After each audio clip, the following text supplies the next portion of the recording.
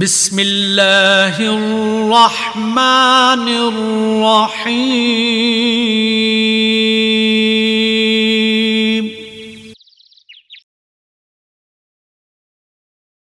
بسم اللہ الرحمن الرحیم۔ درس قرآن کے سلسلے میں آج ہمارا درس سورۃ الناس کا ہوگا، اور سورۃ الناس اس کا ترجمہ سمجھنے سے پہلے شان نزول کا سمجھنا ضروری ہے۔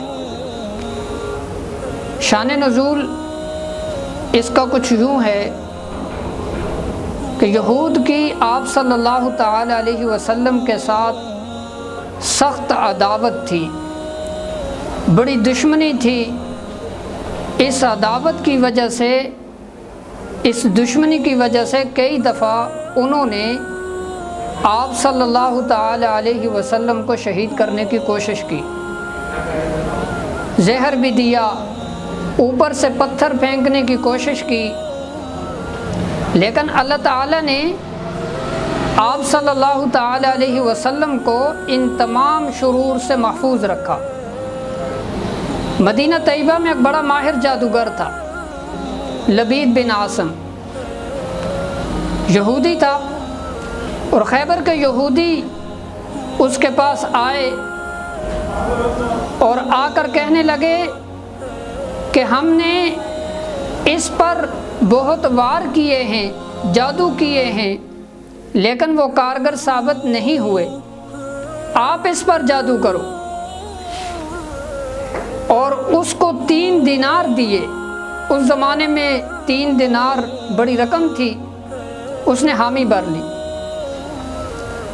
یہودیوں نے حضرت محمد رسول اللہ خاتم النبیین صلی اللہ تعالی علیہ وسلم کے سر مبارک کے بال اور کنگھی کے دندانے حاصل کرنے کے لیے ایک نوعمر بچہ جس کا نام عبد القدوس تھا،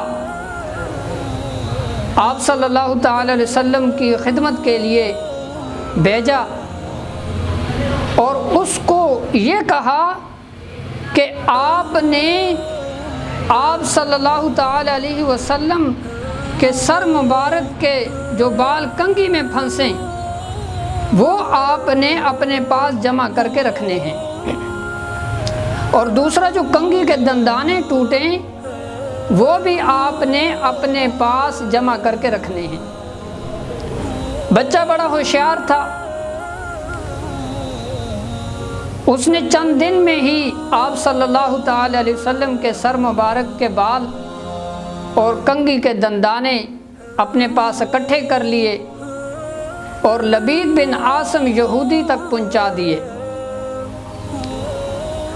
اس لبید بن عاصم یہودی نے آپ صلی اللہ تعالی علیہ وسلم کا موم کا مجسمہ بنایا اور اس میں 11 سوئیاں چبوئیں اور ایک لمبی ڈوری لی، اس میں آپ صلی اللہ تعالی علیہ وسلم کے سر مبارک کے بالوں کو 11 گرے لگائیں، اور ہر گرہ میں وہ جادو کے کلمات پڑھ کر پھونکتا تھا، اور شاگردات تھیں، چیلیاں تھیں اور بیٹیاں تھیں، وہ بھی پڑھ کر جادو کے کلمات پھونکتی تھیں۔ اس کا کیا اثر ہوا کہ آپ صلی اللہ تعالی علیہ وسلم پر دینی لحاظ سے تو کوئی اثر نہ ہوا، لیکن دنیاوی لحاظ سے آپ صلی اللہ تعالی علیہ وسلم پر اس کا اتنا سا اثر ہوا کہ آپ صلی اللہ تعالی علیہ وسلم کھاتے تھے، یاد نہ رہتا کہ کھایا ہے یا نہیں کھایا، پیتے تھے، یاد نہ رہتا کہ پیا ہے یا نہیں پیا، اور اسی طرح کوئی کام کر لیتے تھے، یاد نہ رہتا کہ کیا ہے یا نہیں کیا۔ اتنا اثر ہوا۔ نبوت کے کاموں میں آپ صلی اللہ تعالی علیہ وسلم پر کوئی اثر نہ ہوا۔ حضرت عائشہ صدیقہ رضی اللہ تعالیٰ عنہ فرماتی ہیں کہ آپ صلی اللہ تعالی علیہ وسلم پہلے گھر آتے تو بڑے خوش ہوتے، حشاش بشاش ہوتے، لیکن ان دنوں میں آپ صلی اللہ تعالی علیہ وسلم جب گھر آتے تو بڑے مغموم رہنے لگے اور پریشان رہنے لگے۔ تو حافظ ابن کثیر روایت نقل کرتے ہیں کہ اس کا اثر آپ صلی اللہ تعالی علیہ وسلم پر 6 ماہ رہا، لیکن حافظ ابن حجر عسقلانی فتح الباری میں نقل کرتے ہیں کہ اس کا اثر آپ صلی اللہ تعالی علیہ وسلم پر 1 سال رہا۔ آپ صلی اللہ تعالی وسلم بار بار اللہ تعالیٰ سے دعا مانگتے تھے کہ اے میرے رب کہ مجھے کیا ہو گیا ہے، مجھے کیا بیماری ہے، مجھے نہیں پتہ۔ تو آپ صلی اللہ تعالی وسلم ایک رات سوئے، عشاء کے ساتھ متصل ہی آپ صلی اللہ علیہ وسلم سو جاتے تھے، چونکہ سحری کے وقت اٹھنا ہوتا تھا۔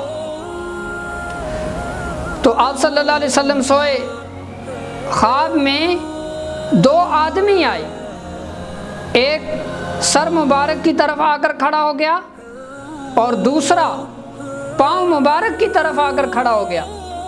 جو سر مبارک والا تھا وہ حضرت جبرائیل علیہ السلام تھے، اور جو پاؤں مبارک والے تھے وہ میکائیل علیہ السلام تھے۔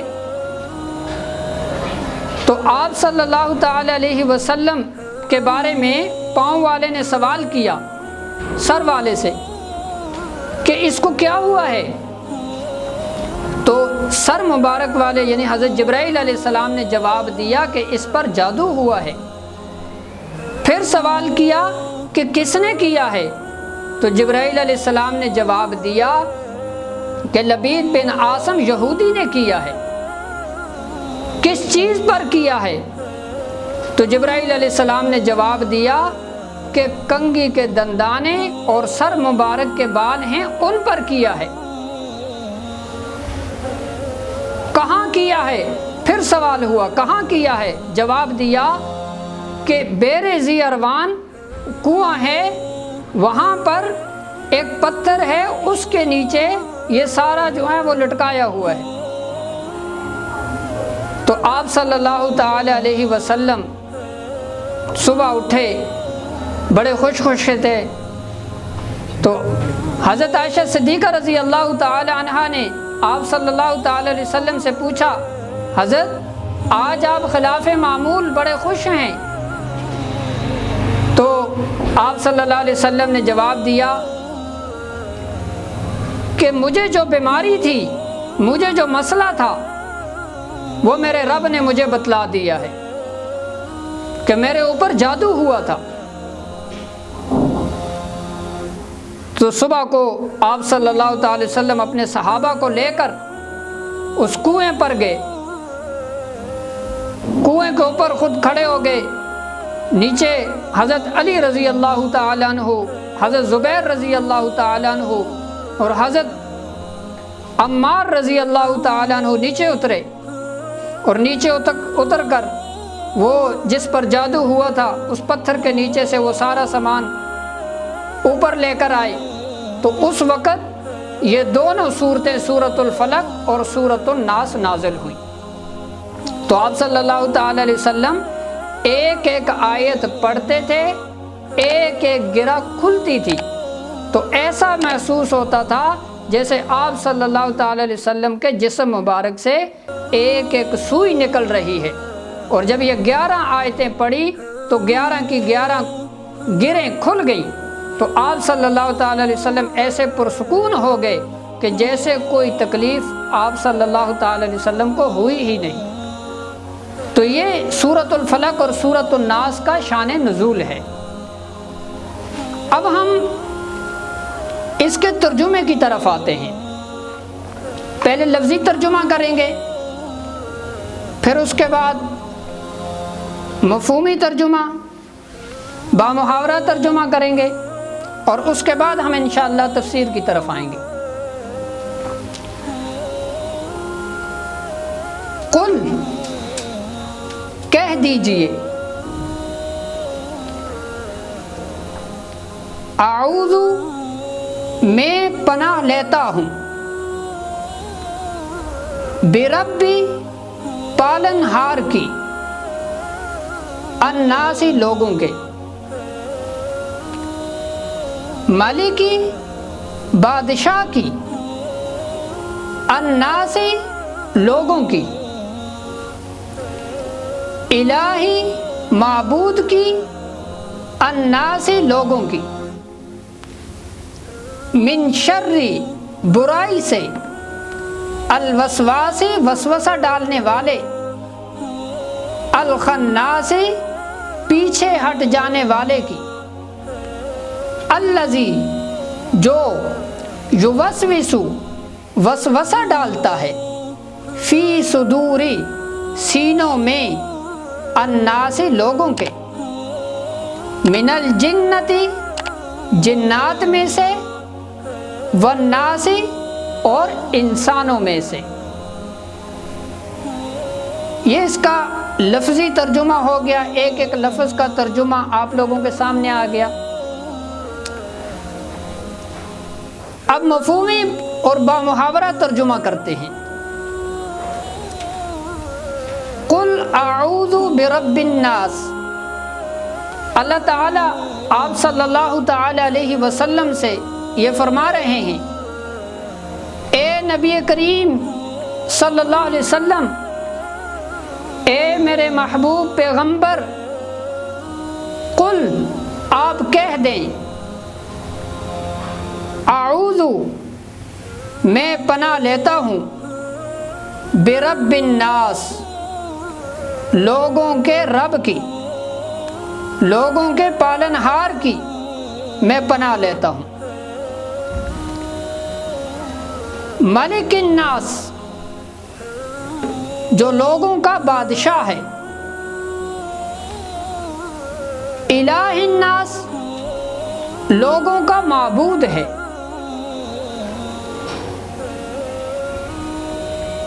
من شر الوسواس الخناس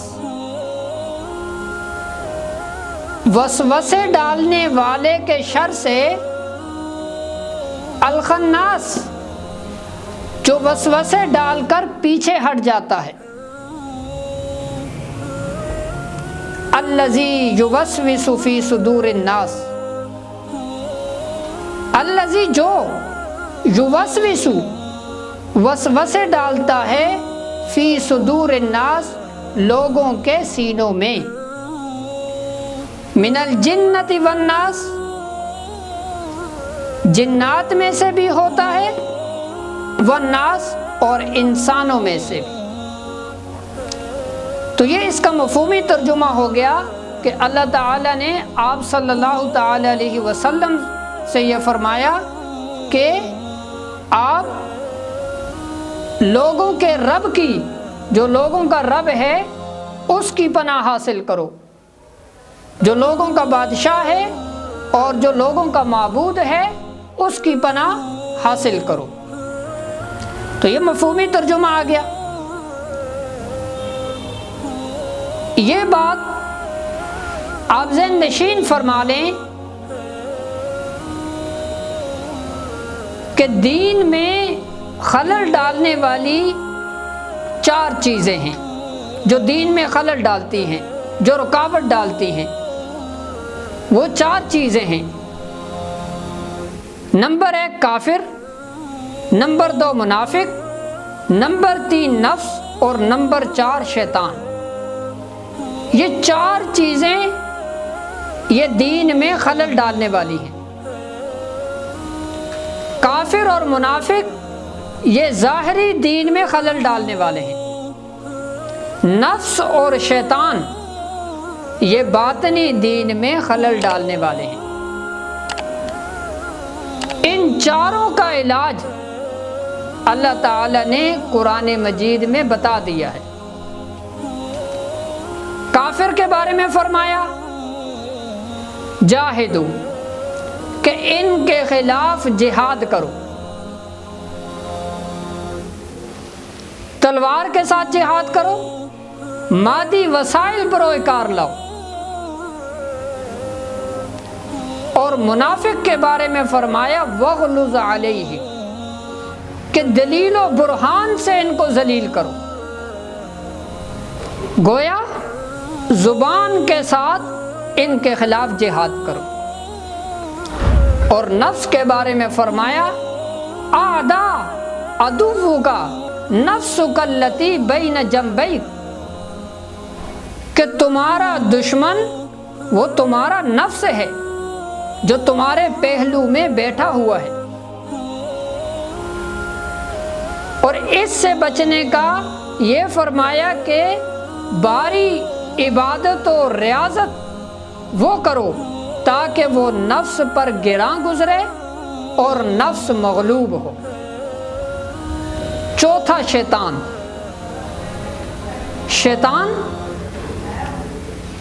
وہ اول سے آخر تک انسان کے ساتھ مکاری کرتا ہے، انسان کے ساتھ مکاری کرتا ہے اور انسان کو راہ راست سے ہٹانے کے لیے وسوسے ڈالتا ہے اور اس کو برائی کی طرف لے کر جاتا ہے، اور ہر برائی کی جڑ بنیاد وہ وسوسہ ہے۔ تو اس صورت میں اللہ تعالی نے اپنی 3 صفات بیان کی، برب الناس، ملک الناس، الہ الناس۔ رب، ملک، الہ، یہ 3 صفات اللہ تعالی نے بیان کی۔ حضرت شاہ عبدالعزیز محدث دہلوی رحمۃ اللہ تعالی علیہ وہ ایک عجیب نکتہ لکھتے ہیں۔ وہ فرماتے ہیں کہ اس میں ایک اشارہ ہے کہ اللہ تعالیٰ نے سورۃ الناس میں اپنی 3 صفات بیان کی، اور سورۃ الفلق میں اس سے پہلے والی جو سورت ہے اس میں اللہ تعالیٰ نے اپنی 1 صفت بیان کی۔ سورۃ الفلق میں ایک صفت رب الفلق، جو رب فلق ہے، وہ صفت بیان کر کے اللہ تعالیٰ نے 4 دنیاوی زندگی سے متعلق چیزوں سے پناہ مانگنے کا حکم فرمایا، اور یہاں پر اللہ تعالیٰ نے اپنی 3 صفات بیان کر کے ایک دینی زندگی سے متعلق چیز سے پناہ مانگنے کا حکم دیا۔ 3 صفات بیان کر کے ایک دینی زندگی سے متعلق، اور ایک صفت بیان کر کے 4 دنیاوی زندگی سے متعلق چیز سے پناہ مانگنے کا حکم دیا ہے۔ اشارہ اس بات کی طرف ہے کہ دین و ایمان کی حفاظت وہ زیادہ اہم اور مقدم ہے بنسبت جان و بدن کے، کہ دین کی حفاظت، ایمان کی حفاظت وہ زیادہ ضروری ہے، کیونکہ جو شیطان کا وسوسہ ہے، شیطان کا وسوسہ وہ دین کو خراب کرنے والا ہے، اور جو سورۃ الفلق میں 4 چیزوں کا ذکر ہوا ہے اس کا تعلق دین سے نہیں ہے بلکہ جان و بدن سے ہے۔ اس لیے یہ اس صورت میں 3 اللہ تعالیٰ نے اپنی صفات بیان کی ہیں، اور اس صورت میں اللہ تعالیٰ نے اپنی 1 صفت بیان کی ہے۔ تو اللہ تعالیٰ نے فرمایا قل، آپ کہہ دیجئے، اعوذ، میں پناہ لیتا ہوں، برب الناس، لوگوں کے رب کی، لوگوں کے رب کی، جو لوگوں کو پالنے والا ہے، جو لوگوں کی پرورش کرنے والا ہے، جو لوگوں کا داتا ہے، جو دینے والا ہے، جو پالن ہار ہے۔ آپ یہ کہہ دیجئے میرے محبوب پیغمبر کہ لوگوں کے رب کی میں پناہ لیتا ہوں۔ ملک الناس، جو لوگوں کا بادشاہ ہے، حقیقی بادشاہ وہ رب تعالیٰ کی ذات ہے۔ الہ الناس، لوگوں کے معبود کی، جو لوگوں کا معبود ہے، حقیقی معبود اللہ تعالیٰ کی ذات ہے۔ من شر الوسواس الخناس، وسوسے ڈالنے والے کے شر سے، الخناس، جو وسوسے ڈال کر پیچھے ہٹ جاتا ہے۔ الخناس، اب حدیث شریف میں آتا ہے کہ شیطان اس نے اپنا ہاتھ وہ انسان کے دل کے اوپر رکھا ہوتا ہے، اور انسان اگر غافل ہوتا ہے اور وہ وسوسے جب ڈالتا ہے، انسان وسوسے برائی والے وسوسے اس کے جو ہوتے ہیں، اگر انسان ان کے اوپر عمل کرتا ہے تو پھر وہ پیچھے ہٹ جاتا ہے، خود پیچھے ہٹ جاتا ہے، اور انسان جو ہے وہ برائی میں مبتلا ہو جاتا ہے۔ اور دوسری الخناس کی تفسیر یہ بیان کی گئی ہے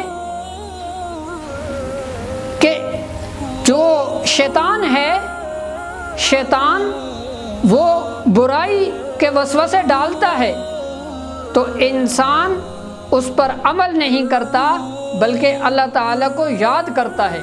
جب اللہ تعالیٰ کو یاد کرتا ہے، اللہ کا ذکر کرتا ہے، تو وہ شیطان جو ہے وہ پیچھے ہٹ جاتا ہے۔ الذی یوسوس فی صدور الناس، جو وسوسے ڈالتے ہیں فی صدور الناس، لوگوں کے سینوں میں، لوگوں کے سینوں میں وسوسے ڈالتے ہیں۔ وسوسے ڈالنے والے کون ہیں؟ من الجنۃ والناس، وہ جنات میں سے بھی ہوتا ہے اور انسانوں میں سے بھی۔ اب شیطان ہے، جنات میں سے ہے، تو وہ جن ہو گیا،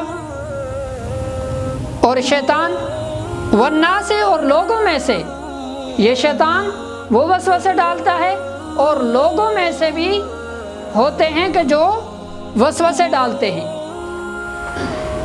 اور اعتراضات کرتے ہیں، شبہات دل میں ڈالتے ہیں، طرح طرح کے جو ہیں وہ وسوسے ڈال کر لوگوں کو برائی کی طرف لے آتے ہیں۔